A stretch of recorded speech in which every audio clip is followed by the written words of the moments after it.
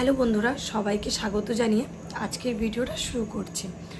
তো অনেক দিদি ভাই আর বোনেরা আছো যারা আমাকে কমেন্ট করছো যে আমাদের পিরিয়ড ডেটটা মিস হয়ে গেছে, মানে প্রায় 10 দিন, কারো 7 দিন, কারো 5 দিন সামথিং, যে পিরিয়ড ডেটটা মিস হয়ে গেছে। কিন্তু তারপরে যে আমরা মানে পিরিয়ড ডেটটা মিস হওয়ার কিছুদিন পরে যে আমরা টেস্টটা করছি, প্রেগনেন্সি টেস্টটা, সেই যে টেস্ট কিটটা সেটাতে কিন্তু রিপোর্টটা নেগেটিভ দেখাচ্ছে। এই যে মাসিকটা বন্ধ হয়ে যাওয়া, মানে পিরিয়ড মিস হয়ে যাওয়া, আর তবুও তোমার টেস্ট কিটে কেন নেগেটিভ দেখাচ্ছে, আজকের বিষয়টা কিন্তু এই বিষয়টা নিয়েই।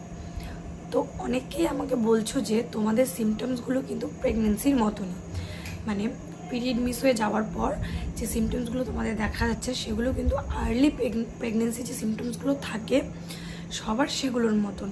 যেমন কারো কারো মাথা ঘোরানো, দুর্বল ভাব, ক্লান্তি ভাব, আর সাদা স্রাব যাওয়া প্রচণ্ড, এই প্রবলেমগুলো তোমরা অনেকেই ফেস করছো।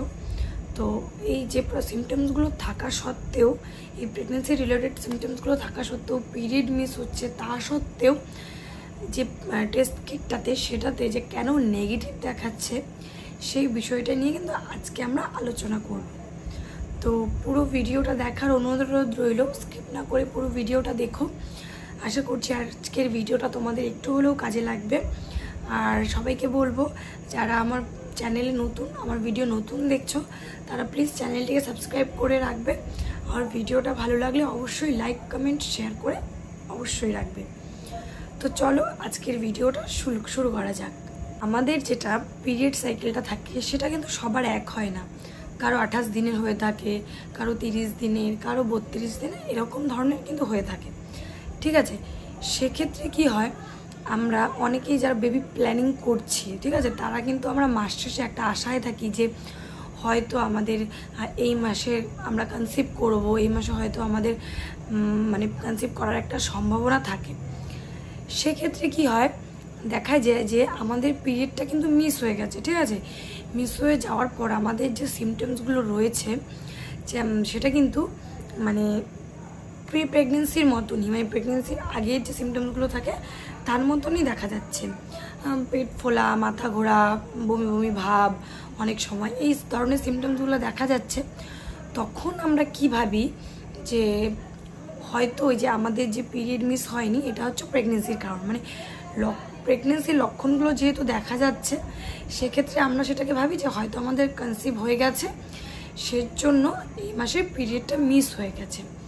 কিন্তু সবসময় যে কনসিভের কারণেই যে পিরিয়ডটা মিস হবে সেটা কিন্তু না। আরও বিভিন্ন রকম কারণে কিন্তু আমাদের পিরিয়ড মিস হয়, আর বিভিন্ন কারণেও কিন্তু আমাদের যে টেস্ট কিটটা রয়েছে সেটাতে কিন্তু মানে অনেক সময় ভুল দেখায়, মানে পজিটিভটা নেগেটিভ দেখায় অনেক সময়। ঠিক আছে, তো কী কী কারণে দেখায়, আমাদের 30% ডিম্বাণু কিন্তু ফেলোপিয়ান টিউব দিয়ে যখন ডিম্বাশয়ে যায়, যেতে যেতে কিন্তু মানে সেই রাস্তাতে কিছুদিনের মধ্যে মারা যায়। ঠিক আছে, সেটা কিন্তু পুরোপুরিভাবে ডিম্বাশয়ে পৌঁছাতে পারে না। সেই কারণে কি হয়, অনেক সময় আমাদের রিপোর্টটা প্রথম দিকে মানে পজিটিভ থাকলেও সেটা কিন্তু পরে নেগেটিভ দেখায়।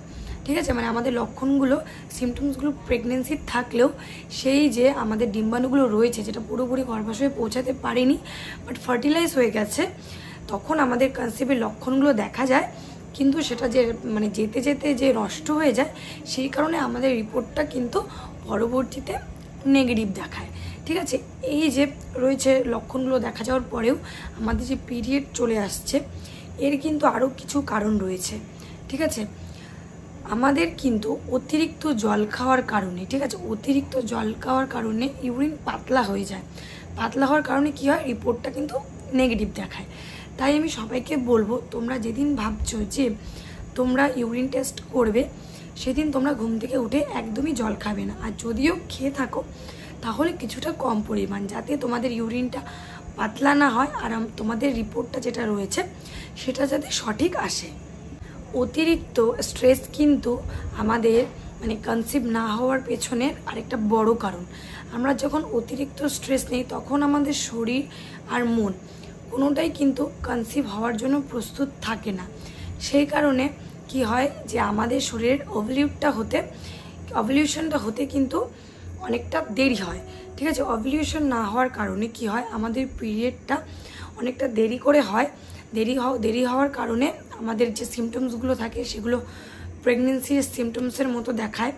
সেই কারণে অতিরিক্ত স্ট্রেসও কিন্তু এটার আরেকটা কারণ। তো আরও যেটা রয়েছে সেটা হচ্ছে কিছু ওষুধ, কিছু স্টেরয়েড জাতীয় যে ওষুধগুলো থাকে সেগুলো কিন্তু আমাদের কনসিভ না হওয়ার পেছনে অনেকটা বড় ভূমিকা পালন করে, ঠিক আছে। ডায়াবেটিস, এছাড়া থাইরয়েড যে ওষুধগুলো থাকে যেগুলো আমরা অনেকেই খেয়ে থাকি, সেই ওষুধগুলোও কিন্তু আমাদের প্রেগনেন্সি আসতে অনেকটা লেট করায়, ঠিক আছে। তার সাথে সাথে পিরিয়ডও মিস করায়, যার কারণে হয়তো আমরা ভাবি যে আমাদের পিরিয়ডটা মিস হয়েছে মানে আমরা কনসিভ করেছি। তখন যখন আমরা টেস্ট করি তখন কিন্তু আমাদের রিপোর্টটা নেগেটিভ দেখায়। তো আরেকটা যেটা বিষয় রয়েছে সেটা হচ্ছে মনোপজ। এই যে বিষয়টা রয়েছে এটা কিন্তু আমাদের যাদের 40 বা 40-এর বেশি বয়স রয়েছে তাদের শরীরে কিন্তু যখন প্রি মনোপজ হতে শুরু করে তখন কিন্তু আমাদের শরীরের যে মানে পিরিয়ডের সিমটমসগুলো রয়েছে সেগুলো আস্তে আস্তে বন্ধ হতে থাকে। তার সাথে পিরিয়ডটা মিস সিমটমস রয়েছে মানেই যে পিরিয়ডটা মিস হবে সেটাই কিন্তু। এই যে পিরিয়ডটা না হওয়ার কারণে বা এটা ঠিকঠাক সময় মতো না হওয়ার কারণে আমাদের কিন্তু সহজেই প্রেগনেন্সি আসে না। আর আমরা সেটাকেও লেট প্রেগনেন্সি পিরিয়ড আসার কারণে কিন্তু আমরা সেটা টেস্ট করি যখন সেই রিপোর্টটা নেগেটিভ দেখায়। তো এই যে আজকে আমি বিষয়গুলো নিয়ে আলোচনা করলাম, জল খাওয়া, স্ট্রেস, ওষুধ, এই বিষয়গুলো মানে তোমাদেরকে খুব ভালো করে মনে রাখতে হবে। এই বিষয়গুলো ফলো করে তোমরা যদি টেস্টটা করো তাহলে কিন্তু তোমাদের টেস্টটা অবশ্যই সঠিক আসবে। তো আশা করছি আজকের ভিডিওটা সবার একটু হলেও কাজে লাগবে। তো ভালো লাগলে ভিডিওটা অবশ্যই লাইক, কমেন্ট, শেয়ার করে চ্যানেলটাকে সাবস্ক্রাইব করে রাখবে। আজকের মতো ভিডিওটা এখানেই শেষ করছি। আর তোমাদের কোনো রকম জিজ্ঞাসা থাকলে অবশ্যই আমাকে কমেন্টস বক্সে কমেন্টস করবে। তো চলো ভিডিওটা আজকে এখানেই শেষ করছি। টাটা সবাইকে, ভালো থেকো, সুস্থ থেকো।